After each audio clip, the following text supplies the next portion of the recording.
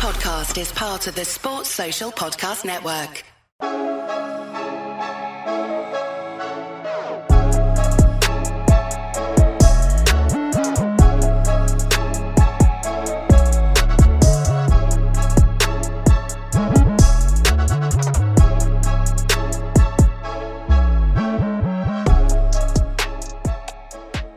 Hello everyone and welcome back to the Social Media Derby. We have an excellent episode coming up for you with the Man United Tottenham game review and the Arsenal Leicester game. So a lot of goals to discuss. But before we do that, as always, for those of you watching on YouTube, please subscribe to the channel, like the video and share it if you can. And for those of you listening on Spotify, Apple or any other podcasting platform, please follow and give us a 5-star review. It definitely helps with the algorithm getting our podcast in front of more listeners. So before obviously we get into the meat of it, I will do the cordial, the niceties. How are you, mate? I've been better, mate. Let's be real. After all the chat I was given last week, we're rubbish, not Tottenham rubbish. Boy, we are Tottenham rubbish. We're actually rubbish at the Tottenham. Let's be real. Yeah, you might have taken that notch down even further than Tottenham rubbish. There's a new notch on in levels, the Man United rubbish. But let's get into it then. We'll start with the Man United Tottenham game. Obviously, that's the last game of the official weekend, I guess, with a Monday night game today as well. Later kickoff against Tottenham, with Tottenham coming to Old Trafford. Obviously, they're not in a great run of form either, and it ends in a 3-0 loss for Man United. The goal scorers, I believe, Brennan Johnson with one, Kulusevski with another, and Solanke with the last. And Man United having a man sent off in the 42nd minute at 1-0 down. Bruno Fernandes gets a straight red for probably what many might call a controversial challenge. So we'll start just there, right? Before we get into the performance, let's just start straight on the Bruno sending off. Do you think he deserved a sending off for that? Gosh, I was so angry I almost coughed. Yeah, man. Honestly speaking, I think it's a disgraceful decision. If I'm real, I don't think it should have been a red card. And I've watched it back. From all the angles. I've listened to the pundits. I've listened to the content creators, and yeah, it's an infuriating one, and I understand totally where you guys as Arsenal fans have been over the last couple of weeks, because I just think it's a shocking decision, and what makes me even more infuriating is listening to people justify it and say, oh, we need to start giving red cards for intent now, and it doesn't really matter if he makes contact. I've got to be honest, people are letting their bias and letting their personal vendettas against certain players and teams come in the way of what is the right decision or not. And the same way I was not hammering Declan Rice or Trossard in the last couple of weeks for what some people were saying was the letter of the law and all this rubbish, I'm not going to hammer Bruno. He received an absolutely shocking decision to be sent off in that game, and there's no world that I want to be in with football where a challenge like that is given a red card. And the reasons why, number one, you have to add context in there before you even get to the challenge and understand that he slips. So when he slips, maybe a certain element of the challenge is different than he intended. So that pretty much automatically smashes this whole intention rubbish that people are saying, where he's tried to do him or hit him on the knee or whatever, because he slips already. So when you're slipping, what you're intending to do changes massively already. So I think that is a huge part to play in consideration for, what you think should be given on the back of this challenge. And number two, he barely makes contact and is no studs. Like, the whole thing that would probably get you a red card in the first place is a studs up challenge where you barely make contact, or you make contact with someone with your studs open onto a person's leg or knee or whatever, right? Which I think Garnacho, was it the Stevens challenge on Garnacho's one was given a red card because he goes studs out intending to make contact with Garnacho on his knee. But even then, I agree with you. I thought that was very harsh. But whatever, people are gonna do the letter of the law thing. With this Bruno one, he doesn't even hit him with his studs. His studs are not up to try and hit him on his knee or anything like that. He literally sticks his foot out to clearly do a cynical block challenge. That is the intention. The slip makes it kind of not actually have as much of an impact, I think, as Bruno wants. But somehow still Maddison rolls over and does what he needs to do, right? Because he's felt minor contact. But yeah, I think intention wise, you can't give it as a red, and then for the actual mechanics of the challenge, you can't give it as a red. And I agree with Bruno post match where he says, it should never be a red. And also, people are also, not only Chris Kavanagh is absolutely as a referee, but his get out of jail card, which is the VAR, which we've had in all of these seasons, which are supposed to correct terrible decisions, just goes with the field of play. And I hate that because I understand the logic behind they wanting to give referees more kind of ownership and more kind of space to make decisions and not re-referee every decision. But this is the quintessential example of when the referee hasn't seen it properly or has seen like something else instead of the actual challenge and what's really happened, and is maybe reacting to things like Gary Neville saying, which I hate this excuse, the player's reaction always tells you what it was. No, mate. The player's reaction is always going to be to try and maximize the result in their favour. The same way when you see players like appeal for penalties or appeal for corners or appeal for whatever, right? That's not a barometer to use to measure whether or not something should be a red card or a foul or anything like that. That's absolutely rubbish. And it's probably the worst bit of analysis I've heard on that decision come from anyone, and it's coming from the ex-United player. So that stinks. It just should not be a red card, and I think the referee should be saved and helped by VAR, and they should look at it and say, look, Chris, I think you maybe have reacted to what the players have reacted to, and you maybe have seen it in the wrong light. And I understand why, because Bruno goes out with his leg out. But when you look at those actual other angles and you watch it back again, clearly just focused on the challenge, it's never a red. I don't know what you think, Johnson, but I think it's never a red. Yeah, I mean, I agree with you, and I think I said it at the time, and I continue to say it after seeing all the replays. I don't think it was a red card. I think it was stupid. And I'm not going to do the whole letter of the law stuff and everything that people were doing to me about Rice knows he's given the ref no choice, blah blah blah. No, I think Fernandez gave the ref a choice. I don't think it was. We saw some shocking challenges even earlier in the day with Ipswich against Aston Villa that didn't, essentially went unpunished and had Unai Emery absolutely steaming by the end of that game. And I think that this one was softer than pretty much all of the ones that were not given in that game. So from my point of view, I think it's a yellow card. I think it's a cynical challenge. It's the same thing as basically pulling someone's shirt as they're getting away from you, right? Like he slipped over.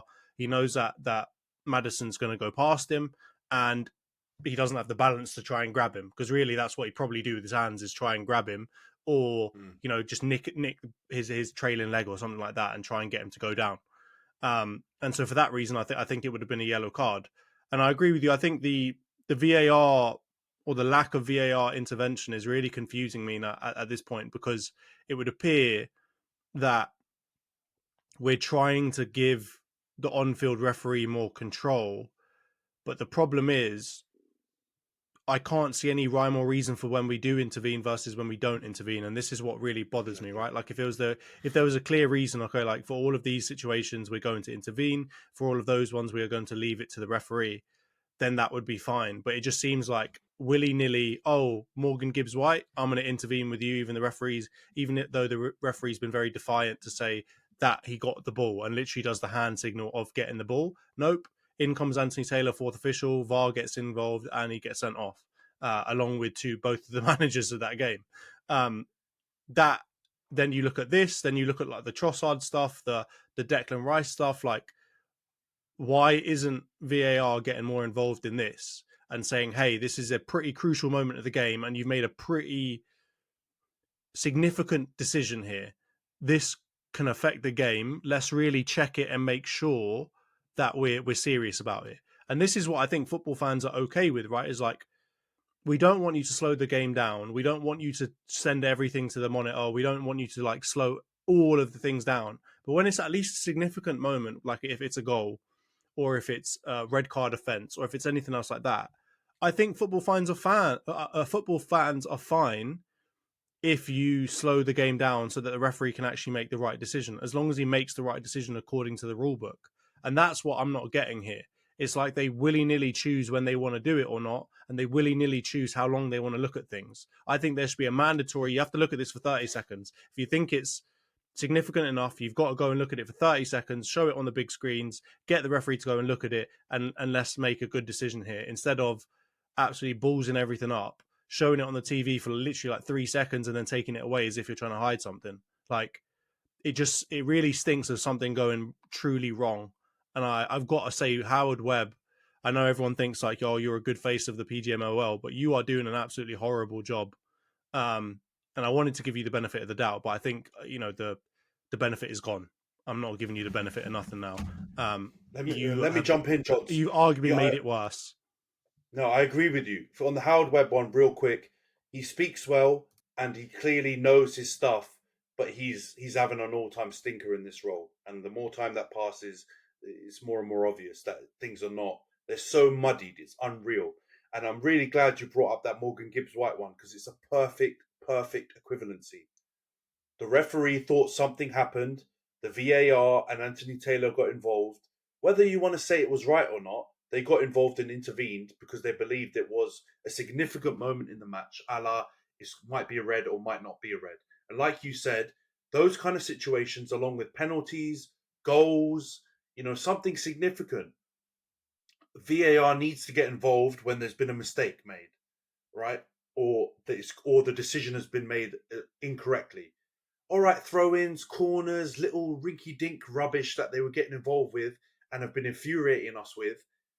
Leave that. Please, God, leave that stuff alone. Let the referee just decide it. And if it goes the wrong way, people can all live with it, right? We don't want things to be re-refereed. Yeah, and automate the offsides, that also helps as well, right? Automate the offsides, that makes that quicker. Exactly, yeah. The offside stuff is something that would, we don't even need involvement because, like you said, we've got the technology and we've been shocking at trying to do it, right? England has been absolutely stinky as recent as a couple of weeks ago with Crystal Palace and Mateta and that show. But this kind of decision, the Gibbs-White's a great example. They got involved. Anthony Taylor got involved. As much as we hate him, he got involved, gave the red card. The managers went ape, but okay, whatever. They got involved because they believed it was a wrong decision. Why now, 1 week later, have you not got involved? Why? Why have you suddenly decided this is something we'll stick with the referee's decision? And you know what? I listened to the Gary Neville podcast afterwards, and it sounds like I'm going in on him, but he was driving me absolutely up the wall yesterday. He said that if the referee gave a yellow card, the VAR wouldn't have intervened. And the same way the referee gave a red card, the VAR didn't intervene. What are you talking about? So that basically means the referee can get it wrong and the VAR won't intervene. That's the whole purpose of VAR. I don't think that decision was a 50-50 between a yellow card and a red card. That was clearly a yellow card offence, not a red card offence. That's exactly the moment when the VAR is supposed to come in and say, Chris, you've ballsed it, mate. Go and look at the screen, or not even go and look at the screen. Just lower that down to a yellow card. I don't think you've actually seen things correctly. And don't blame him or anything, because the referee can't see everything perfectly, but just say, that's what you should do, mate. And boom, you do it. Yeah, and the referee can also be gamed by players' reactions. He can be gamed by a lot of other things that lead him to make the wrong decision because he's being influenced by people on the pitch, whereas the VAR is not. He's sat in a shed somewhere in Hertfordshire watching the game. He sees all the angles. Should be able to, and he sees all the angles. I agree with you, and I'm going to add one last thing onto that, right? It almost seems as if the omission of a decision is when they get involved. And when he makes a decision, even if it's stinky and horrible, they almost now never overturn it, which is worrying me. It's like if he didn't give anything and it was a red card, they would have got involved and said, that's a red card, send him off. When he gives a red card and it's not a red card, he doesn't get involved to say, no, that's not a sending off, don't do that. It's almost as if they're biased towards giving cards, giving, offsides or making decisions. And if a decision is made, they won't overturn it. If no decision is made, then they'll get involved. And that's what really annoys me, because a lot of the decisions that are made are actually the problem. not the omission of the decision. In almost all cases where the referee misses something, it never turns out to be that bad, right? But when the referee makes a decision and it absolutely stinks, that's where he needs to be corrected. And I'm not seeing that happen, right? Like when he sent off Declan Rice, or when that whole situation happened, right? They are biased towards the red card. It's like, what's going on with this game if that's what we're getting to? But I think we've talked about that enough now. Let's try and get onto something else. And I want to just ask you a very simple question, right? It's not on the script or anything. We haven't discussed it, but I do want to just hear what you've got to say around it. Why did you lose? Like, what do you think it was the sending off really turned the game around? Or like, do you think you were going to get back into it? Just like, what was the breakdown in the performance? What were the tactical mistakes that you made that allowed Tottenham to just essentially run all over you? I mean, like for Van de Ven's first run for the first goal, he literally did run all over you. What was the breakdown, mate? Yeah, I don't actually think the red card changed the game, but I do think it meant that the game probably couldn't be changed. As in, we were poor before that red card, and Tottenham totally deserved to be winning the game. They could probably argue they deserved maybe to be 2-up, because I know Brennan Johnson hit the post, and I don't think they had massively big chances before that red card, to be fair, other than that. But they dominated the ball. They looked like they had a plan that was working, and they were the much better team before that sending off for sure. They definitely deserved to be up. So no credit taken away from them. I think Tottenham played an unbelievable game, to be honest, for the whole 90. And they totally deserved the win. But I do think the red card meant that it was highly unlikely we could turn the game around and get back into it, which unfortunately was going to be necessary because, like I said, we were abysmal in that first 38, 40 minutes or whatever it was before Bruno got sent off. And Ange's game plan worked. And it's absolutely baffling because, like I said last week, Tottenham, I think you said as well, they have a very distinct style. They don't really deviate from it too much. And there's been a blueprint out there, a la Newcastle, a la you guys even, when you went to the Tottenham Hotspur Stadium, and a bunch of other teams that have shown how to get a result against Tottenham and how to exploit their style, their high line, and all that kind of stuff. And it just didn't seem like the plan was right, and the execution was most definitely not right by the players on the pitch. But it was really, I mean, the Van de Ven goal was a replay of really the Twente goal on Thursday or Wednesday or whenever that game was, where a player runs from deep, manages to bypass 3 or 4 players. For the Twente goal, it was a little bit more like janky because we won the ball back, but then lost it again. Whereas with this one, Van de Ven just breezes past 4 players and puts, to be honest, an unbelievable cross through to Brennan Johnson. And then I've got big issues with where the F Delo is because he's not marking his man. And I'm sorry, we had fullback questions, we had positional questions around Wan-Bissaka, right? Rightly so. When people used to say he's unbelievable defensively, he's unbelievable in a one-on-one duel. He wasn't unbelievable positionally and would often get caught out on the same way Delo got caught out because Brennan Johnson's just completely free. Delo's up, pushed up, and to be honest, it's a similar problem that we had against Liverpool. And Arne Slot came out and everyone was raving about him breaking down where our fullbacks are. It's the same thing. It's exactly the same thing. Delo's pushed up 30 yards up, miles away from where Brennan Johnson is. I guess he's not expecting Van de Ven to breeze past 4 players. But positionally, man, you need to just be a little bit more cute and a little bit more reserved in the first 3 minutes of a game. You can't be that far away from your man. Especially when you're not in possession of the ball. Exactly. Or Martinez needs to come and cover you. So either way, whether it's Delo's responsibility or Martinez has the responsibility to cover his arse, it's completely, we've ballsed up the execution on that. And Van de Ven's done He's got 60 yards. He's got 60 yards to cover. Delo has 60 yards to look at him and get his ass back, and he doesn't. And he puts his hand up before the goal goes in to say sorry. Yeah, because he knows. He knows he's way out of position. He had, I mean, Delo, we'll get onto him in a bit, but he had an all-time stinker, and that kind of set the game off for how he was going to play for the rest of it. But yeah, Van de Ven. Do you think that was the key? Do you think that was the key really to the loss? Was it the fullback performance, or were there any other parts of the team that were really lacking? No. It was the whole tactical plan was wrong, and the execution was bad. So we should. And Gary Neville was saying it like it was a criticism at the beginning. He was like, why aren't Xerxes and Bruno pressing them high up? Why are we looking to play like an away team against Tottenham? No, mate, that was right. That was the only part of the performance that was right. That's what's been proven to be right in other teams' performances against Spurs. Is you let them have the ball and then you break quick and counter on them. But to be honest, this is something you said during the game, and you were saying, Anne, what's something that was actually good at the back end of last season that you guys have maybe not been able to find in this game and against Liverpool, and that was compactness. Players need to be closer together, and that is the blueprint for Tottenham to how to beat Tottenham. Is everyone is like your midfield and your defensive block are closer together, they're compact, and then the wingers and the attackers are ready to spring on the counter attack to exploit the space that is in behind on the high line. And to be honest, the strikers, Xerxes and also I guess Bruno in this case because he's the furthest forward 10, are doing the right thing with that pressing of the centre backs and how they were approaching it. The problem is the shape and the positional positional sense of our fullbacks, our defensive players, and our midfield block was all over the shop. Van der Ven's able to run through everyone. Ugarte should chop him, right? He's the first guy that should chop him. And then afterwards it becomes really sticky because once he runs into the penalty area, you can't really chop him anymore.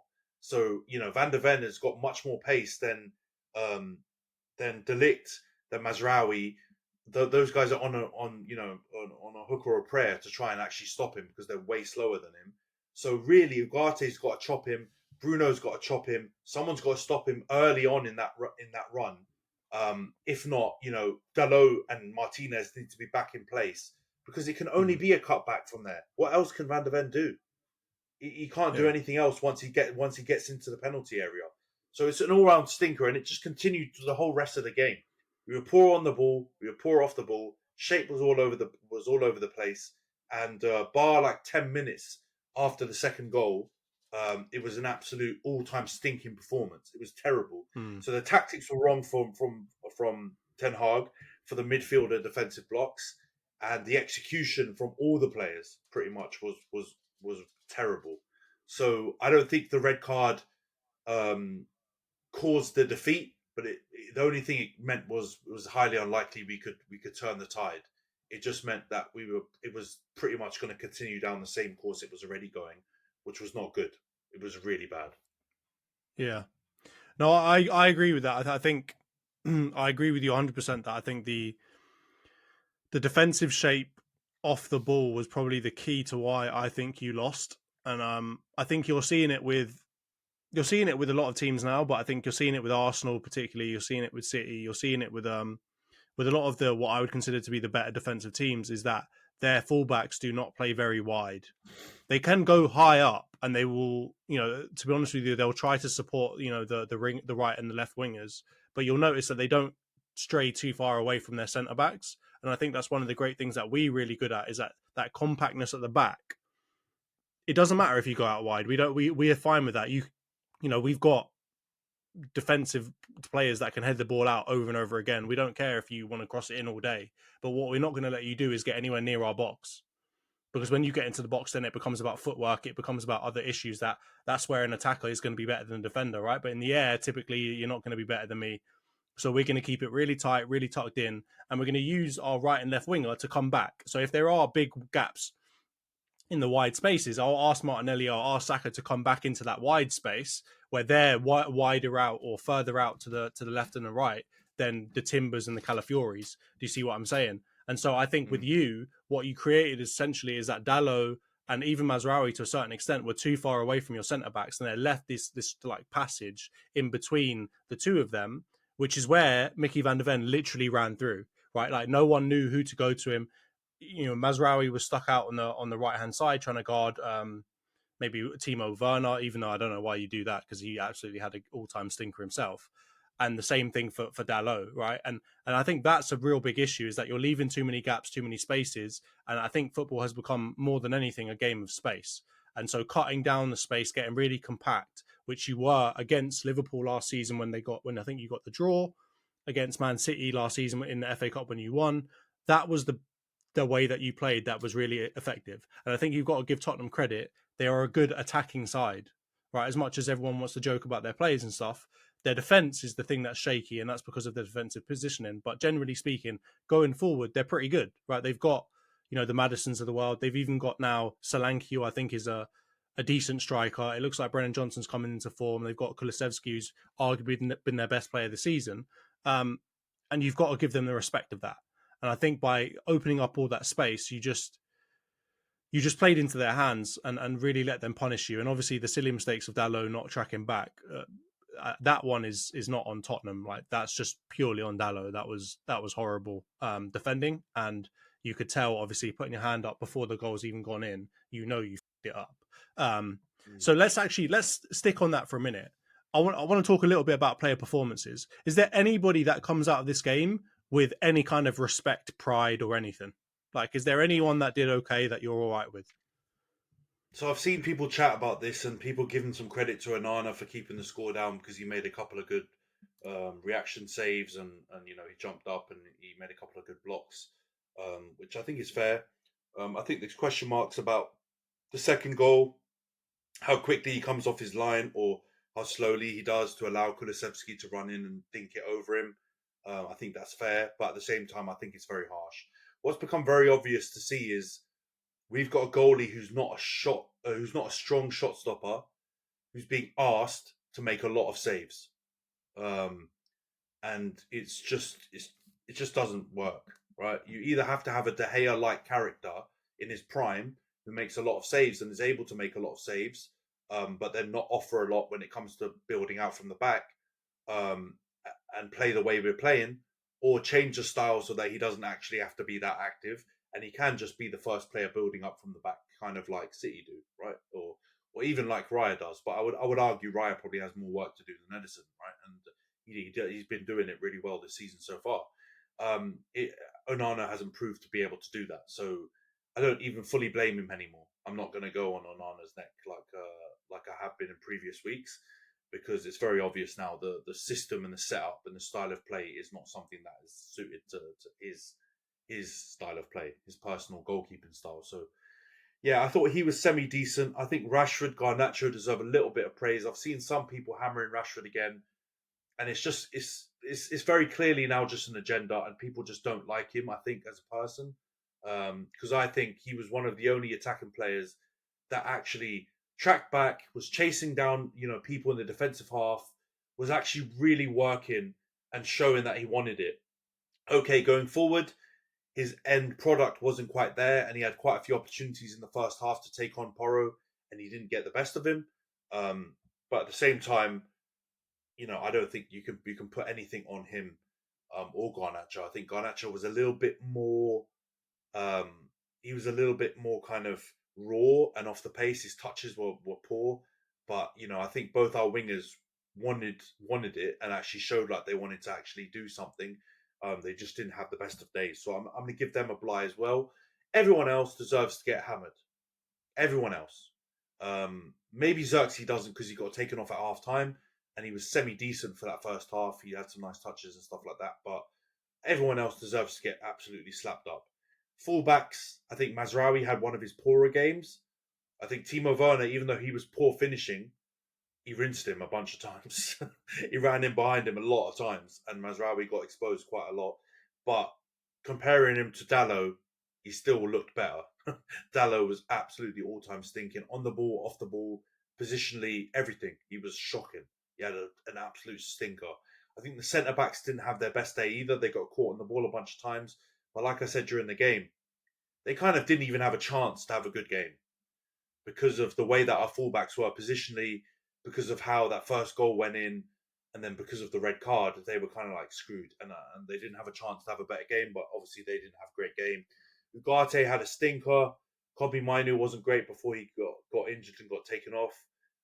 Casemiro came on, got absolutely rinsed for the second goal as well. So it just is what it is. They were all poor, minus maybe Onana, Rashford, and Garnacho, who maybe could have snuck a 5 out of 10 or a 4 out of 10 performance. The rest were all very low digits on that scale. So we were poor, bro. We were very poor. Yeah. No, I agree with you. I don't think there's anyone that comes out of that game with credit, but I agree with you that Garnacho and Rashford were, let's be honest, attacking wise, up until the sending off, you had a couple chances, right? Like I remember, I think the Yeah. Rashford one, he was offside in the end, but I mean, that was a great ball from Onana. That's what you expect from Onana. That is what he's good at. You had the Garnacho like slip and smashes it off the post. I think on another day, if he keeps his foot in, that goes into the back of the net and it becomes a very different game to watch. So I think the two of them, they also did a really good job tracking back. I mean, they had a lot of work cut out for them, particularly Rashford on the left hand side because Dalot was having an all time stinker. But they both showed like that they were willing to do work on both sides of the ball, which has been questionable, especially on Rashford's side in previous games and previous seasons, right? Like people have said he doesn't want to do anything. He's kind of got that Cristiano Ronaldo kind of like sulkiness. If he loses the ball, he doesn't care about it. I think you can't say that about him yesterday. I think he was trying his absolute off to get back and to help out Dalot. I just think he was, I'll be honest with you, he probably defended better than Dalot did that whole game. They may as well have switched positions and let Rashford go left back because Dalot was, I don't even know what he was good at in that game yesterday. I'm gonna hesitate to say nothing. But yeah, I can't disagree with that. But I want to quickly just touch on one point. So it looks like Cobby's gone off with a hamstring injury. It also, I didn't see this in the match. It also looks like Mount's injured as well now and came off in the 85th minute. How are you feeling about these two injuries? I mean, have you heard anything about the Mainu one? Do we know if it's serious or not, or how does that change the outlook of your team going forward? Doesn't make any difference whatsoever. I don't even want to get into like personnel stuff now because I know there's a lot of chat around. A lot of people blaming the manager purely, a lot of people blaming the players purely, trying to kind of like deflect from the overall problem. And Yeah, I don't even want to get into the players' injuries. Obviously, Cobby's a loss because he's one of our first team players. Mount's not really a yeah, loss because he barely even plays and he's been injured for most of the time that he's been at the club. So it just is yeah. what it is. I don't even want to get into the injury situations Well, because all right. Well, that gives Ten let's get Hag into that. a blind. Well, let's get into that. We did see kind of a somewhat of a feud begin yesterday between old Goldfish, as Saeed calls him, and Saeed TV, with Goldbridge putting out a bunch of tweets basically saying, what was it? Vote for 5 players to leave with Ten Hag because nothing's going to change if you just get rid of the manager. These players are the problem. It's the same old people. Blah blah blah blah blah. Saeed comes out and says, "What are you talking about? We've got mostly new players. We spent 615 million. You're giving the manager a bly again. You've got the same agency as him. Blah blah blah blah blah." And it's kind of broken out into this, I think, pretty one-sided debate, I guess, about who is to really blame for yesterday's form and I guess the poor run of form in general. Is it the players or is it the manager? And I want to see, where do you stand on this, mate? Which side of the fence are you on? I mean, it's such a simplistic argument, isn't it? Like, oh, who's to blame? Clearly, everything was rubbish yesterday. Mm. So both of them have some sort of leg to stand on. The only thing I will say is now, Ten Hag actually has no excuses. A lot of those players are new. A lot of those players are his. He's had enough time now. He's into his third year to be able to start implementing some sort of system that works. He doesn't have enough rope to keep having stinking performances like that, especially against our big top 6 rivals. There's just no excuse. So, yes, the players were rubbish. Yes, I've literally just said, apart from Rashford, Garnacho, and Onana, and those guys were probably on a 4 or 5 out of 10, the rest of the players were abysmal. So, obviously, the players are to blame. But I can't keep coming out here and saying all the time that all these other things are to blame and the manager doesn't have blame. The manager has a lot of blame. It's very obvious now that his tactics and his system are either flawed or they don't work with these players. And if they don't work with these players, he has no excuse because he's brought most of them in now. I'm not even going to get into this reduced argument about how much money he spent because that's by the by. He's not the one who's deciding the transfer fees, so that means nothing. But what does mean something is the number of players he's brought in, the style of those players, where they've come from, his experience and history with these players. They give him no leg to stand on. At least half the team are players that he's either played with, wanted, or he's literally had a career with the whole time. So he can't use any excuses. Clearly, the system's not working. because the personnel has changed. There's no more McTominay's. Maguire wasn't in the lineup. De Gea's gone. There's no more Martial. There's all the scapegoats, Pogba's, all these guys that we've used in previous seasons are not there anymore. So we've got Onana, we've got Martinez, we've got De Ligt now, we've got Mazraoui, we've got Ugarte, you've got Xerxes. All of these players are people he's brought in. So all the scapegoats are gone. No excuses left. The only people who have been out for this game and the Liverpool game and stuff were Shaw, Malacia, right? Which I know is an important position because you've got someone who's not really a right left back playing left back. But Delo's more than competent enough. He's shown he's able to do a job there, right? He shouldn't be that bad as he was yesterday.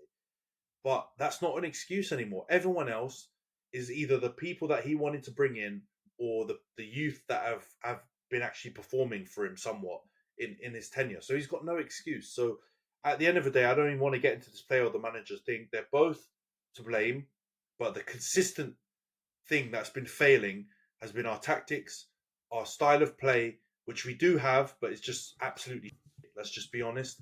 And then afterwards, the decisions that the manager makes. Even the substitutions were poor yesterday again. So I'm not even going to do this in or out thing. He has to go. He has to go. There's nothing left for him to hold on to. And for once I agree with the kind of the end evaluations from some of the pundits on TV yesterday. They're going backwards. We literally started off in a much better place than we are right now. And he's had more time, more players, and he's had more backing.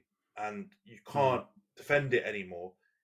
And I have to say, even Rude or someone else that comes in and takes the reins will do a better job until the end of the season than him. Then they either don't want to play for him, or they're not suited to his style, and he's not showing a tactical flexibility to play a way that works for these players.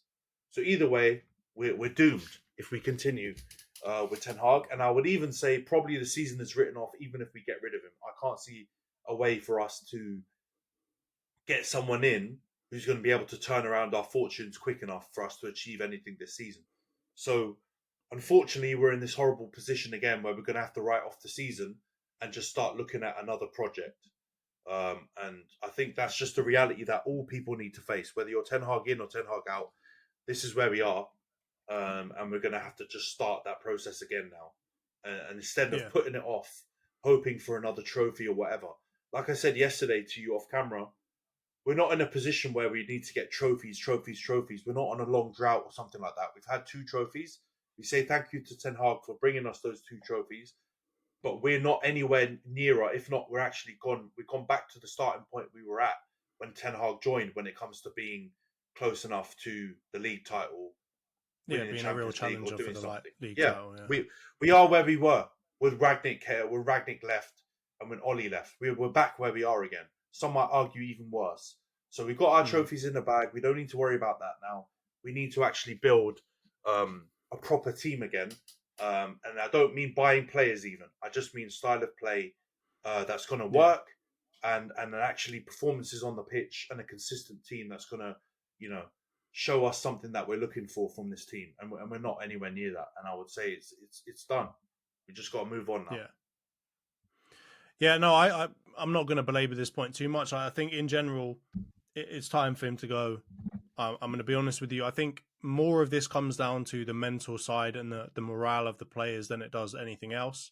I think when it comes to, I saw a quote from Enzo Maresca where I saw some shameless Chelsea fans basically trying to go in on Man United and compare their managers.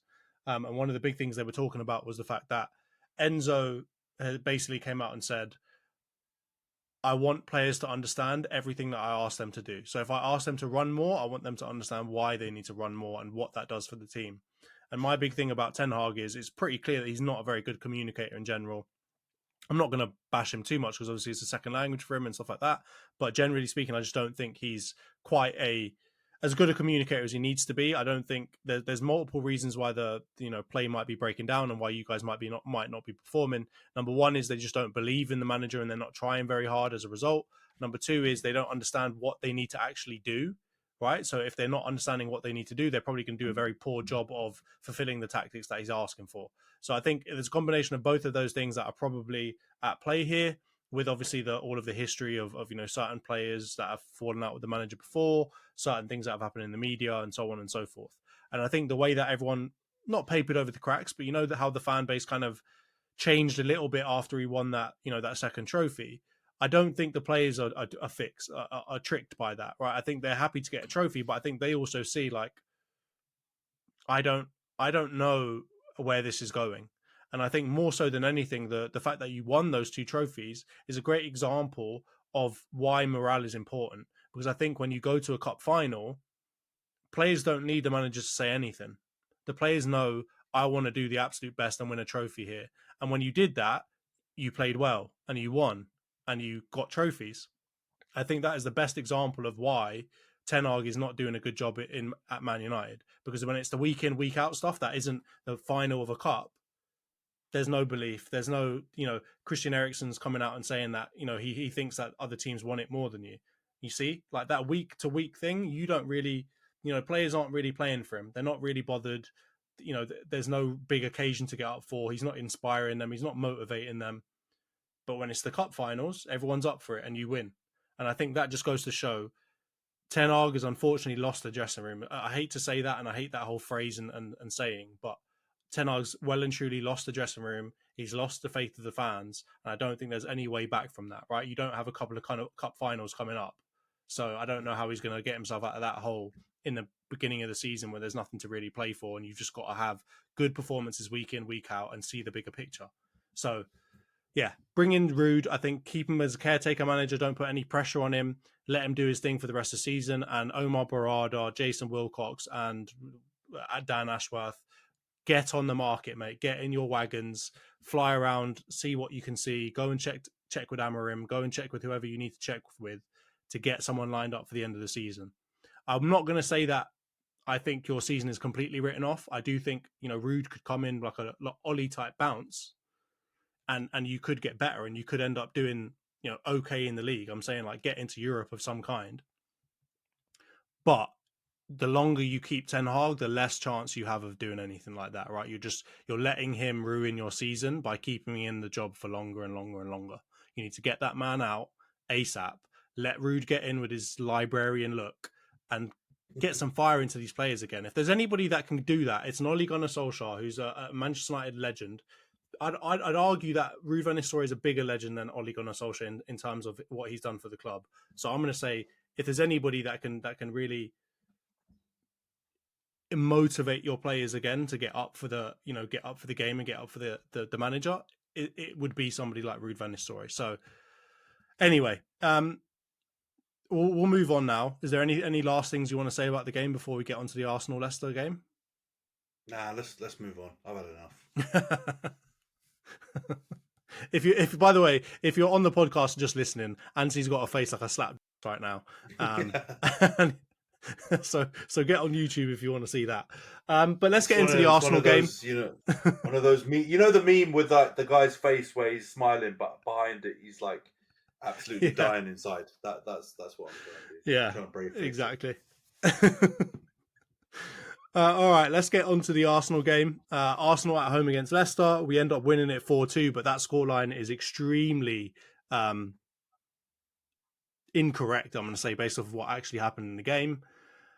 We go 2-0 up. I'm not going to go into this too much, but we go 2-0 up. It looks pretty good. Everything's going well. Couple of decent goals. Martinelli gets back on a score sheet, gets an assist, etc. And then everything goes mental. I don't know what happens, but somehow James Justin turns into the best right back you've ever seen in your life. His first goal is a bit dodgy, let's be honest. It gets a massive deflection off of Havertz and beats Raya. Nothing anyone can really do about that apart from Havertz just being a bit more aware of his surroundings. But the second goal, my goodness, might be up there with goal of the week. Volleys it in off the post and it's 2-2. And we look poor.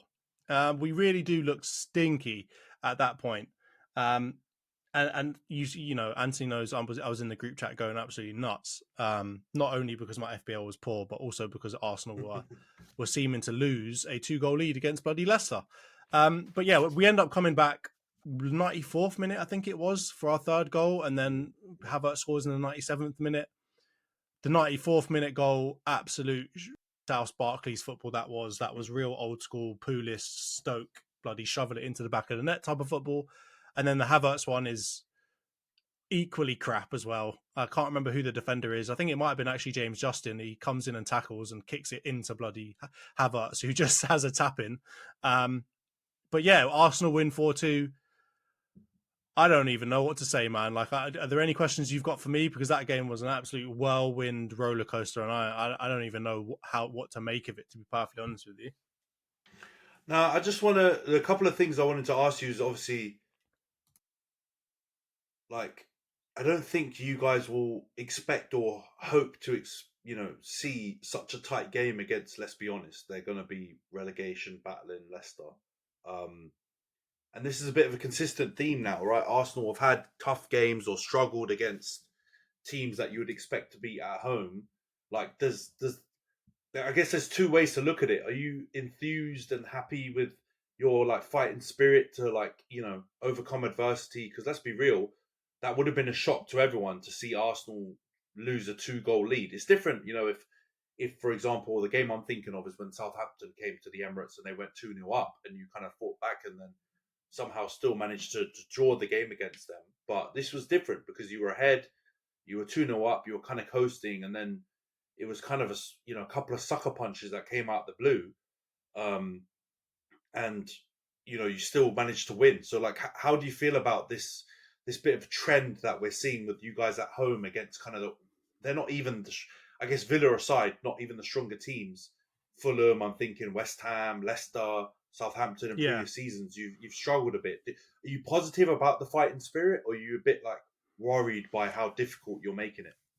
I mean, you've got to be. I think the answer is yes and yes. I'm happy about the fighting spirit. It's like the Reece Nelson goal, right? Like, those moments are important. They make you feel like, oh, that is what a title-winning team needs to do. When they're not performing, they've got to come in and they've got to win ugly, right? Like as Brad Gilbert used to say, you got to win ugly. And I think all of our fans have to be happy about that, because that is a lot of spine that we did not have, right? Backbone we did not have for at least 10, 15 years, right? Like, there was a severe lack of that, right? So that's got to be a positive sign for us, because when it's difficult, we find a way to dig in and get a result, right? Like, it's the Roy Keane saying, I don't care how you're playing, you've got to get a result. And I think that's a positive. But in the long term, you can't have this many of these. You've got maybe 1 or 2 of those a season, max, right?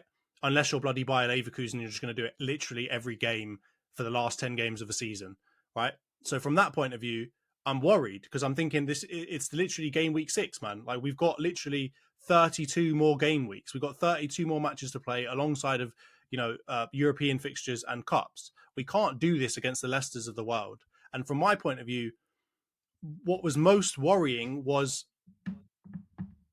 when we couldn't break the goalkeeper down, we didn't have another gear to get into, right? We just kept having to do the same thing. And it's kind of worries me a little bit.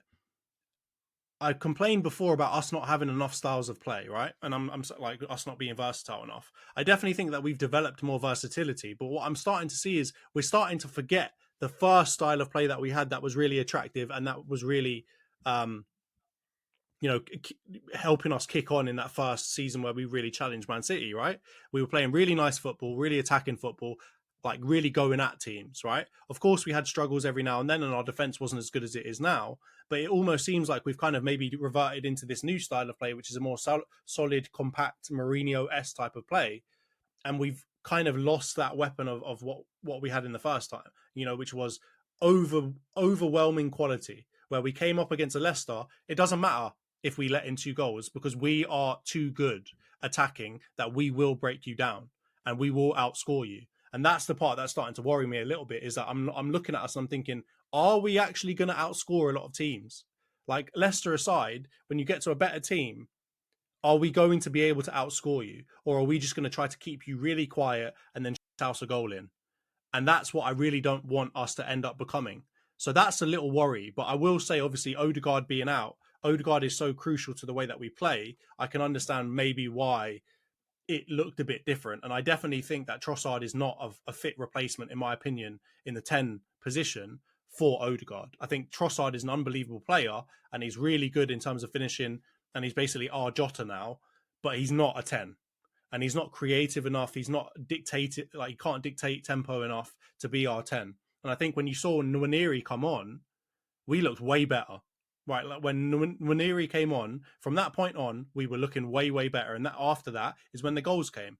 So I think that we really need a creative 10 in order to play that style of play. And I'm sorry to say that is essentially what our creativity boils down to, because I would love for it to be kind of a multifaceted approach where we had, a triple threat of creative options. But it really does seem like the 10 spot is where our creativity comes from.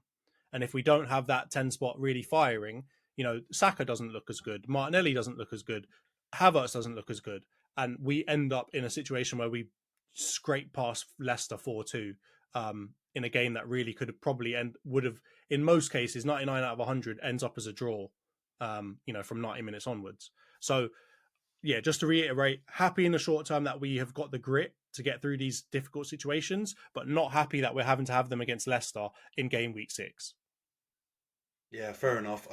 I get it, but I think I do think we have to factor a couple of things in, and I don't like expected goals, right? I think it's quite a simplistic way to look at it, but you did absolutely bang the door down, and I mean, yeah, Hermanson had the game of his bloody life. I don't know where that guy's coming from or what he's auditioning for, but my man was on David De Gea smoke, as that stat I showed you said. Yeah, but I mean, so I guess I kind of get what you're saying, because the reality was it was really, really tough, and you had to rely on some late goals to win the game. But in a normal scenario, you probably are 4-2 up already by the time you hit 90 minutes, because the goalie doesn't have that worldie every week. So that's the only positive I will say, and say, I don't think this was a Fulham last season, a West Ham last season, or even a Brighton this season kind of performance, right? I think this probably was a game where you do win quite comfortably if it wasn't for that goalkeeper display from Hermanson. So that's the only thing I will caveat it with. I think you actually didn't play that poorly, and just in normal circumstances, Justin doesn't get that deflected goal. It's obviously hugely lucky. He also probably doesn't score that wonder goal on the volley, and it probably stays as comfortable as it is. But I do think you can take more positives from this than anything, because despite that, and despite what looked like it being one of those days, it wasn't, and you managed to find a way. And this is a consistent theme about Arsenal. And yeah, I get it. I get your point about Odegaard, and I get your point about attacking fluency. It's not there, but yeah, the Brad Gilbert quote is a good one, because I think Saka and Martinelli have shown that they're able to, especially Saka more so than Martinelli in recent times, has shown that he's able to impact the game, even if he's maybe not playing the way that you want him to play, and he's not looking as smooth, and things aren't kind of all slotting in quite nicely. He can still have an impact from corners, from some set plays. You can still get goals a bunch of other ways, which is what you asked for on the pod since we pretty much started. But yeah, I get it. There's a worry, because it feels like it's been a little moment since you've seen a silky Arsenal display, like from the back end of last season, where you absolutely trounced teams and things were looking like really, really smooth, and things were working really well. But yeah, I do think there's mitigating circumstances. Obviously, Odegaard being out, I think, and I hope Arteta, for your sake, gives Nweri a chance in that Odegaard space, because he's the closest thing you've got to an Odegaard type player, and he performs well enough in this last week to say that he might be worth giving a shot, right? And then you bring Trossard in off the bench like you have done in other games, and just let him have a go, man, because I think he's the closest thing, and clearly Arteta's decided Nweri is a better shot than Fabio Vieira and Smith Rowe and those guys. So now you've made that decision in the transfer market. You've got to make that decision in the lineup, and I like you. I like him, man. I think he looks really, really good, and I'm not jumping on the hype train. I think he stylistically fits with how you guys want to play, and I think he's almost got like kind of in a way to Cobby. He seems to have the temperament to not get Yeah. overawed by jumping into the Premier League in the deep end, because it is the deep end. 2-0 at home to Leicester when you're being expected to win that game easily is not an easy situation to be thrusted into. So he's done well, man. And I think I would stay and lean more to the positive side of analysing that game. I think it was a big 3 points. No, I agree with you, and I think what was most critical about it was the context around it as well. I think the fact that Man City dropped points made that a must-win game, right? Like, we're coming off the back of a big controversial game against them, and there's been a lot said in the media. That game basically survived for a solid week and possibly even longer after it, and the fact that we were able to go out there even under pressure with the context of Man City dropping points against Newcastle, to come out with 3 points is really, really important for me. And, I want to see us bit by bit build up tolerance to pressure, right? Like, I think that has been our downfall for the last 2 seasons, is that we just couldn't deal with the pressure, and we ended up either bottling it or just being a little bit too cagey, and then, leaving the door open for City to come back into it. And that's my biggest criticism of Arsenal, really, over these last 2 years, is that, do we have the experience? Do we have the level-headedness? Do we have the calmness to get through a pressured situation? Because at the end of the day, it's the only way that you're going to win the league, right? There's going to be a lot of pressure on you, particularly with the way that the media is talking about how we play and all these red cards. We've got a big spotlight on us. So if our players can't deal with pressure, we're not going to win the league. And I know that this is not winning the league, obviously, like doing this against Leicester, but this was a pressured situation. All eyes were on Arsenal. All eyes were on, the relationship between us and Man City. It's a minimal amount. It's more pressure than you normally get on a weekly, week in, week out basis. And the fact that we came through it maybe is showing me that we're going to build up and become a bit more resistant to pressure and be able to deal with it. So, good signs. Just, my heart can't take this every week, so please don't do it again. Let's just can we just have some uneventful games? Can we just smash someone 3-0 or just beat people 2-0? Can we just keep a clean sheet, keep everything chill? Because honestly, I'm not sure if I'm going to be able to continue to watch all of these games if this keeps happening, because health-wise, I don't think a doctor would suggest it. But anyway, I'll get on to briefly just like who I think were standout players of the match. I want to give a moment to Martinelli. There's been a lot said about him, and a lot of people talking about replacing him. When Sterling, when the whole rumor mill was going on about Sterling coming to Arsenal, there's a lot of people saying, yeah, we need to improve that left wing position. Sterling will be an upgrade on Martinelli, and I just really want to come out and say, Martinelli needs to be given a chance, right? He's still a young player. People treating him like he's, like treating him in the same kind of circumstance that they're treating Saka. And I understand that Saka has kind of set the bar really high for consistency, showing up in big games, showing up week in, week out. And I know Martinelli maybe hasn't done that for the last probably 8-9 months.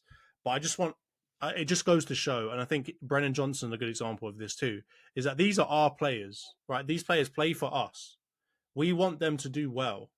And with a player like Martinelli, who we've seen do so well for us, right, in previous seasons, it doesn't make any sense for our fans to be so cutthroat and to treat him like a piece of shit, right? He's a young player. I'll also add on to that, he's had a massive change in our team, right? I think he's probably been the one most affected by the changes that we've made in our team over the last couple of years, right?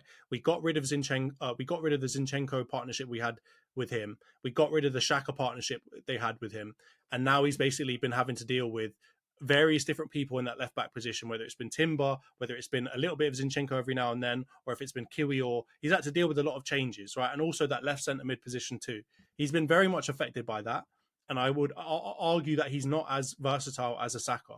So to say that he's supposed to just deal with all of that, take it on the chin, and still come out and just smash in 10, 15 goals a season like he did in that first season is mental, right? And I think we need to support him, because I think he shows how good he can be, right? He's a very direct player. He's got something Rashford-esque about him in the fact that he just wants to take people on, even when it's probably not a smart idea to do so. And he really does offer us a different element of a lot of our other players, right? We don't have a lot of gung-ho, I'm going to go at this fullback over and over again type of players in our team.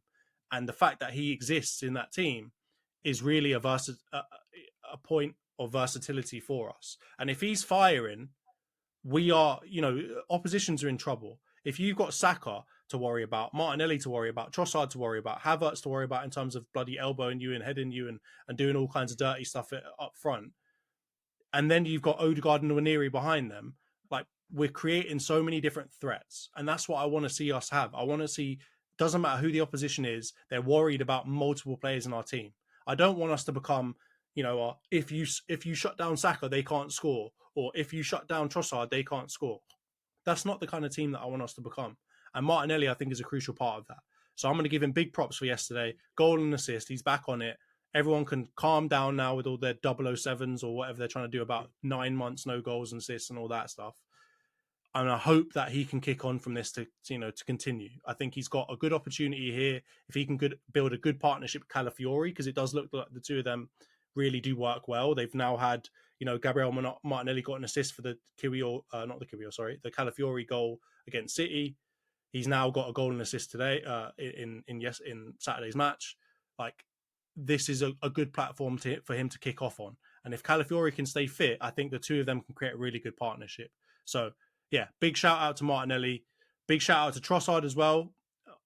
My man just keeps doing it. I don't know how he's doing it. He's shoveling it into the back of the net. He's scoring, like I said, Jota-like goals. Right? I'm not going to over egg the pudding and say he's the best player ever, but that knack of being able to score and score ugly and score all kinds of random weird goals is something we need in this team, because clinical finishing has not been one of our strengths recently and not been one of our strengths over the last couple of years. And the fact that he has clinical finishing where it's going in off his shins, he's kicking it off of bloody Woot Fires or whoever he's kicking it off to get that goal yesterday. I don't care what it was, but the fact that he can just shove it into the back of the net is a really good trait to have. And I can't put my finger on how he does it. I don't know if he's like just in the right position all the time, but he just manages to get these opportunities and he just takes advantage of them. So I got to give a big shout out to him. Outside of that, I think Saka was really good. He had a bit of a shadow game yesterday. I know some people are going to probably use that to say he didn't have a good game yesterday, but actually I think he really put in a good shift and he was pretty important for our team. And I think it just goes to show, without Saka, I don't even know what our team would look like, man. And I hope that Arsenal fans could recognise, even if he doesn't score or get an assist, what Saka does and what he provides for this team. Because, like you said, crosses. I don't know. I remember him not being that great at crosses, to be honest with you, like at the beginning. But now he just seems to be able to put the ball on a 2-pence every single game. Him and Rice, I had no idea that they were this good at crosses and corners. And, that's pretty much the only way we're scoring this season, right, off of set pieces and corners. And the fact that Saka just can be so consistent with that as well, it's really a positive sign that he's building up all of these different, these different capabilities and these different weapons that can affect different teams. So, yeah, those are the three that I want to big up. Obviously, the rest of the team, I'm not going to fault anyone for the goals. I don't think it was, I think they were kind of freakish goals. I don't know if anyone was necessarily to blame for them. And I think it would be pretty harsh to put them, to blame or pull someone out for both of those goals. But anyway, do you have any other questions? Anything else you want to talk about with the Arsenal-Leicester game before we move on to the previews? Yeah, man, just stay positive about it. It was a good win. It was a win that you needed to get for multiple reasons. I think there's no world where you guys can't beat Leicester at home. You have to get 3 points in that. The City dropping points made it even more crucial, but I think you've got to look at those games as at home. You have to get wins against the smaller teams, and that was clearly where you kind of dropped points last season. So if you keep getting them, whatever way you do, that's the most important thing. And now you're right into the depths of a title race that's going to start beginning over the next couple of weeks, I imagine. On the Martinelli thing, yeah, I get it, man. He's definitely he's been definitely getting the G&A, which has been lacking over the last, 6-7 months or whatever the period of time is. He's always put a shift in, so I feel like the Arsenal fans always need to rightly back him because he does what he needs to do for the team. He's obviously a bit of a confidence player, so he hasn't had that when it comes to his attacking output recently. But yeah, getting the little assist, even though obviously, my opinion about those kind of like bounce pass 5-yard assists when Calafiori scores a What are wonder you going to goal. call it? The Sancho assists, yeah? That's what we'll call them from now on. Well, they're all like that. When our players get them, I'm also like, it makes me feel a bit weird when you say that's an assist, but it counts. Yeah. But I think his overall performance against City was very good anyway. So I think it's the overall performance that gives him confidence to come into this game. I thought he was your best player against City, or one of the best players against City, and he was probably your best player against Leicester, if not between him and Trossard. Yeah, big him up, man. I like him. I think he's a good player. I think and I think this applies to everyone in your team. If you're able to go out there and get someone who's clearly a better player, or is like a world generational star type player, you get them. But if you can't, which is most teams are unlikely to be able to get those kind of players, you stick with what you've got. You've got a very, very good team. So unless you're able to get, I don't know, there's a handful of players out there that might be better than Martinelli. I mean, like definitively, like Nico Williams and stuff like that. Unless you're able to get those guys, he's more than good enough to keep you in a title race and get you, get you over the line. So I think you've just got to persevere with him and try and back your boy. If he starts to not give the effort, not give the work rate, and then also stink it up with the output going forward, then question marks should be rightly raised. But I think he's always been kind of ticking at least one or two of those boxes most of the time. So yeah, I think people just got agendas against Gabriel Martinelli. I've got to be honest. I think he's a good player. And yeah, man, happy days for you guys. And yeah, crack on, keep the form going, and things will definitely get easier when you get Odegaard. I think your heart's going to be in your mouth for the next couple of weeks because I think it will be a struggle. Because it does impact your style of play. But the good thing is, like you said, and like you've been crying out for months and months, you've got other avenues and ways to get goals that don't rely on fluent football, right? Saka's crossing, Rice's crossing, your aerial ability, your knack for scoring important goals that come from, your Trossards and stuff like that. I think you should be positive and rightly so. So yeah, big up Arsenal, and yeah, you're the lesser of all the evils involved in this title race, so you'll get my support again. I endorse this message. All right, mate. Let's get on to the previews then. We've got a lot of games to preview. Just read it out quickly. So Arsenal have got PSG in the Champions League. I think it's on Tuesday, right? I think so, yeah. On Amazon Prime or whatever. So that'll be an interesting one. Arsenal at home. You've got Porto against Man United. That's a real throwback there. I'm going to call it the Mourinho derby. And that's at Porto's ground. So that's going to be a tough one for you guys. And then on the weekend, we've got Arsenal against Southampton. That's at home for Arsenal. And you've got Aston Villa against Man United. So you've got a couple of real hard games to play because that is at Villa Park as well. So that's not going to be an easy one, particularly if Unai Emery is still steaming the way he was yesterday. But let's get into it. We'll start with the Arsenal PSG game. You know what? I'm going to let you go first because I need some time to think about this, mate. Yeah, no worries. PSG is a curious case because they were obviously like Mbappe FC for the last couple of years. They've been kind of shedding the rest of their superstars for more of a younger core to support Mbappe on his quest to get the Champions League, and they've obviously not achieved that. And now he's left.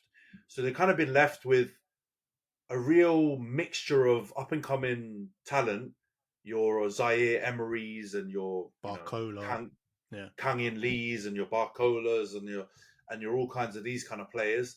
And then they've got kind of like ex-world stars or potential world stars like your Ousmane Dembele's and your other players, your Marquinhos in defence and Donnarumma's and all these kind of guys. So it's a bit of a weird squad and a weird team to analyse. But looking at their form in Ligue 1, they've been doing okay. They've had a couple of draws here and there, which you'd probably expect them to get wins in. So I'll be honest with you, I totally expect an Arsenal win in this game. And I don't think you guys should accept. I don't think you should accept anything less. If this was an Mbappe, Neymar, Messi type team, or when they've had a more solid, experienced core, I would say this could be a tricky game for you guys because they have more experience in the Champions League. But looking at their core now, a lot of those players don't have a huge amount of experience in the Champions League. A lot of them are young players. A lot of them are up-and-coming stars. And I feel like you guys are actually probably, weirdly enough, more experienced than them. So I would expect you guys to get a home win. If this was away, it might be a slightly different thing. But at home, I think you guys with your crowd, with the players that you've got now back available, your Rices, your Sakas, your Havertzes, your Martinelli's back in form, your defence being so strong, I think you should win this game, and I think you will win this game. So I'm going to go Arsenal to win this game 3-1. But I don't think, honestly, I think this Leicester game that you've just had should be will turn out being harder game for you guys overall. I think PSG should be one that you should win. I'm not going to say comfortably, but I don't think you should have too much trouble with them. What do you think? So I mean, it's just the name PSG. It worries you, doesn't it? I don't know why, because really they haven't really done anything on the European stage. I know, but you just see that name and you think, oh crap, this is not going to be an easy game. But I agree with you. I think I'm not going to say they're a shell of what they once were, but they're definitely in a transition phase, right? They're in a transitory period where they're trying to figure out what is their identity now that Mbappe is gone. And let's be honest, the Mbappe hole is a large hole to leave afterwards. And so it could be, I think for any team that wasn't backed by, an extremely rich owner, it could be a ruinous point for them, right? Like you see a lot of this happen when the star player leaves a club. They kind of fade into irrelevance almost. I think with PSG, obviously that can't happen because they're the best French team around, and they've got so much money to just continue to attract the best young players and the next stars. So there's a kind of a half, head and heart answer here for me. I think in my head we should beat them because I think we are overall a better team right now in terms of the way that we play. I'm not going to say man for man we're better in every position because I don't think that's true, but I do think that we just play as a team better, right? And I think that should, if I'm using my head, result in a win for us. But there's also just that, that heart element, which is PSG have got players that either have massive amounts of potential or have shown that they are disgustingly good previously and maybe are off form. So that always worries me, is that all they need to have is one of those players have a really good game, and then there's going to be some trouble for us because, some of those players are absolute world beaters. So that's the heart element that kind of makes me worry a bit. But I'm going to back my team. I'm going to back my boys, and I'm going to go for a 2-0 Arsenal win. I don't think it will be comfortable, though. I think it will be, a scrappy game. I think our defenders will have to really prove themselves. I hope Saliba and Gabriel have a good night's rest because they're gonna be coming up against some really good players. I really also hope Calafiori can deal with. I'm assuming Dembele will play on the right hand side, right, cutting in. I really hope Calafiori can deal with him because that is going to be a big test. Dembele, while injury prone, is a player with a crazy amount of weapons in terms of his speed and his dribbling ability, and that could cause a player like Calafiori, who's kind of more like a hybrid centre-back, left-back mix, it could cause him some issues. So I really hope he can come out of that looking good. Obviously, Ben White is injured now. I think he's doubtful for that game. Zinchenko obviously still out as well. So we're going to have to really, Tomiyasu out too. So we're either going to have to rely on him or Kiwior. And I'm not going to want to rely on Kiwior too much in that game. So, yeah, I'm going to go for a 2-0 win, but I do think it could go either way. But let's move on to Porto Man United. So that one is on, let me just double check. I think it's on Thursday. Mm-hmm. At the Estadio do Dragão. What do you think? Do you think this is the turning point? Do you reckon Ten Hag gets you out of the mud in this one? No, absolutely no chance. So I have to be honest. I'm not trying to be ultra negative, but I just can't see a way for us to pick ourselves up in such a short space of time and get a win in this game. And this is probably one of the toughest games we've got in our 8 Europa League games that we've been given this season. And I can't see a world in which we get a win in this game. I think the best thing we're hoping for is kind of an all-action draw, kind of like we had against Galatasaray last season in the group stages, where we're either up or down and it ends up being a draw. I think that's probably the best case scenario. I think the most realistic result, though, is Porto to probably nick it. And I say that because I have no evidence that my team can stand up against any sort of pressure, especially away from home. especially in Yeah. European competition. I think Ten Hag has not had a good time of it, and I think especially going into this game on the level of confidence and the low morale we'll have after losing back to back home big fixtures against teams in the Big Six in the Premier League. So I'm going to go for Porto to win it 2-1. But I think that's just me being logical with what we've done so far this season. But that doesn't necessarily mean we can't get a draw or somehow miraculously get a win. But I think logic tells you we're probably on a hiding to nothing, and I think we'll lose the game 2-1. Yeah, I get you. I think it's going to be really important to see how Porto set up for this, because obviously we played Porto last season and I'm going to be honest with you, they shit-housed it a bit. It was good play from them. And it's clear that they respected us in some sort of fashion, that they didn't want to come out and really, I'm assuming, play their natural football, because I'm going to assume that they don't just shit-house it every single week, right? And that they've actually got a style of play that is somewhat attractive. So the fact that they did that against us, I think they showed respect to us. So it's going to be interesting to see if they respect you. And I think if they don't respect you, I think you can win. If they come out and think, you know what, we've seen Man United, the name is one thing, but the way that they're playing right now is poor, and they come at you, I think it could end up being a stupid mistake for them. And I think they could end up losing, because I think on the counter attack, you guys still have the weapons to punish a team. And yes, you've got a donut-like defense in midfield, but I think you could possibly outscore them with the way that you guys play, especially if you've got Bruno firing, and I've got to believe that Bruno will start firing at some point, right? He hasn't, he's always answered to the haters at some point. It's taken a while every now and then, but he's eventually come out and done something, right? He's had stinking games and then come back and done something good. So I think if he's firing, and I think he's going to want to fire, with obviously his Portuguese background and playing for Sporting and probably not liking Porto too much, he's going to want to fire. And I think that could be the undoing of Porto. So it's really going to depend, because if they set up and respect you, I think they beat you. But I think if they don't respect you, they could live to regret that. So I'm going to go, in the sake of interest, like being interesting, I'm going to go for a Man United win. I'm going to go for a 2-0, 2-1 Man United win. I'm going to go for a 2-1 Man United win. I've got to make this prediction table interesting. I've got to give you a chance to catch up, mate. So I'm not just going to keep on going for the same results as you. So yeah, we'll go for a Porto loss to Man United 2-1. Let's get on to the Arsenal-Southampton game. So this is I think it's a Saturday kickoff. I don't think it's televised, is it? No, it's a 3 p.m. kickoff, so it's not televised.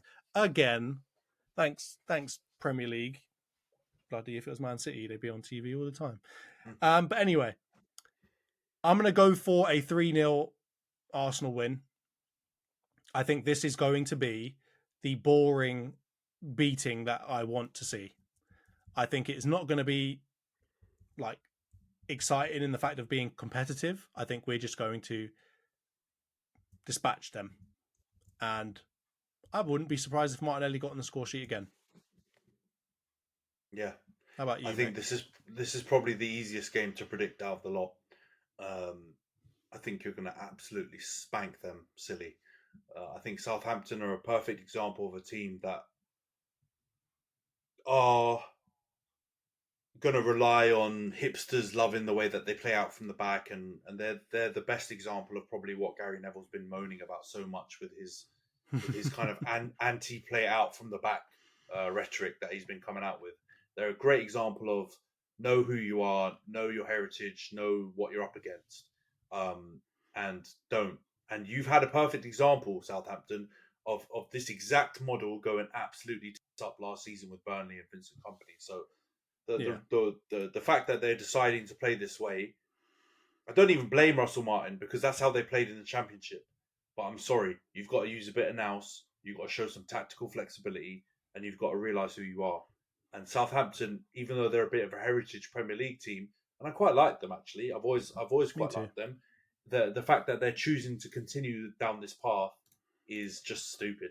And I think they're going to be an absolute sitting duck coming up against you guys at the Emirates. I think you'll be coming off a big Champions League win and a couple of back-to-back wins in the Premier League. And I think this will be the easiest game to predict. So I'm going to actually go for you guys to win 4-0.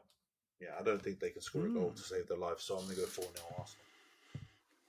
All right, and then let's get on to the last game. So that's the Villa Man United game. That is a Sunday 2 p.m. kickoff. So I'm assuming that will be televised. It's at Villa Park. Obviously, Villa did not get a great result against Ipswich. Ended up being a 2-2 draw. They've got to be disappointed with that one. I think at the beginning of the season, they probably would have started and thought that Man United would be one of the competitors for that fourth spot that they're probably trying to get again. Not sure if they still believe that, though, based on Man United's current form. So we'll see how that goes. I'll start with you. How do you think this game's going to go, mate? It's a tricky one because I've been watching these Villa games and they've been quite leaky in defence. Actually, they've given a lot. They've given nearly every single team they've come up against a chance to score goals. They've either been 2-0 down in certain games or, like yesterday against Ipswich, been giving them opportunities to score goals, and I think those opportunities will be there again for us. But I can't see a world in which we don't concede and most likely concede early. And Villa Park is one of those old school stadiums where they really get up for it, and it's a bit of a Barclays heritage ground. And I don't think we do well traditionally at those grounds. I know we won last season with a McSauce header in the last 10 minutes or whatever. And to be honest, I felt like it was quite well deserved in that game. I didn't think Villa played that well. But I think the circumstances are very different this season. I think they'll probably be going in off most likely a big performance against Bayern Munich in the midweek. And I don't know if they'll win that game. And I think even if they lose that game, I don't think that will dent their morale because they're kind of just enjoying the Champions League experience. So if they get anything other than a defeat in that game, they'll take it as a bonus and as a confidence booster. So I think that's totally possible, and I think it's the opposite for us. I think we'll most likely come off the back of a negative result and a couple of negative results. So I think our morale will be in the opposite direction. So I can't see us winning this game, and I have to be honest, I'm finding it really difficult to predict 2 Man U losses in a row. So because of that reason and only that reason, I'm going to say it's going to be a 2-2 draw. But I think I'm going with my heart in that and not my head. I think the most likely result is a Villa win, but I can't pull myself to predict 2 defeats in a row for United. So that's my only saving grace for them. Oh goodness! All right, I'm going to go for an Aston Villa win. I think it will be 2-1. I think they're at home. They've got that advantage. I think, as you said, they get up for it. I think they're going to be coming off of. I don't necessarily agree with you in terms of the fact that I think that they will do well against Bayern. I think Bayern are still levels ahead of them.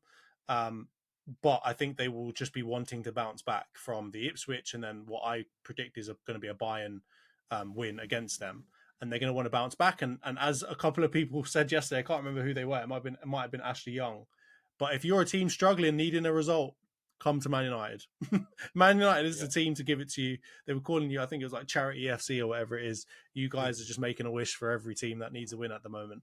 And so I think they will probably just about have the quality to get past you. I think in terms of their attack, man, like the fact that now Duran's coming out as being like an absolute gunman on top of the fact that they already had somewhat of a gunman in Watkins, is mental.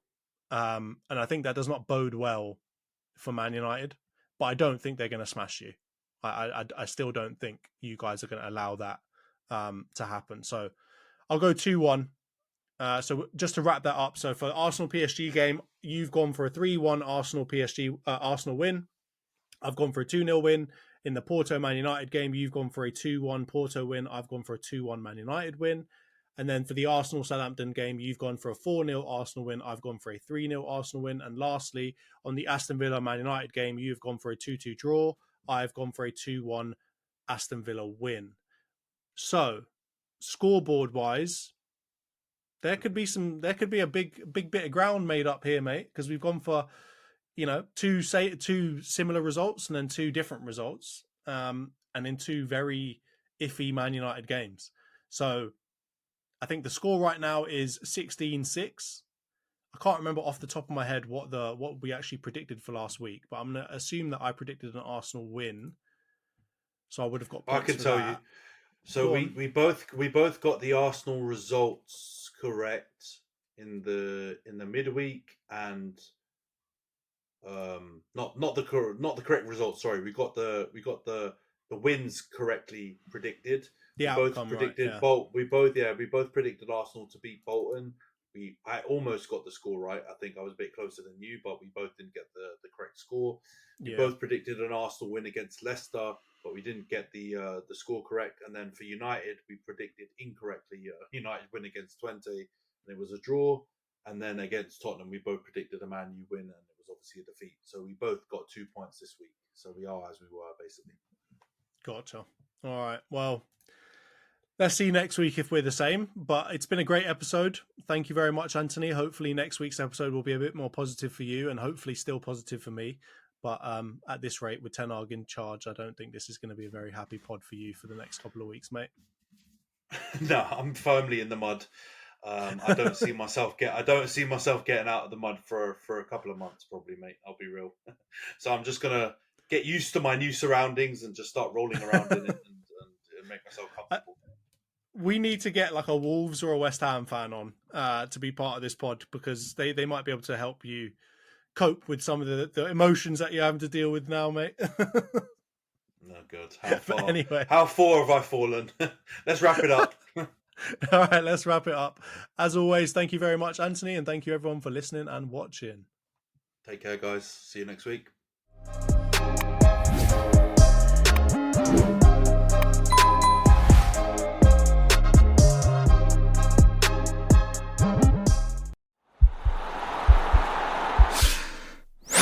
This podcast is part of the Sports Social Podcast Network.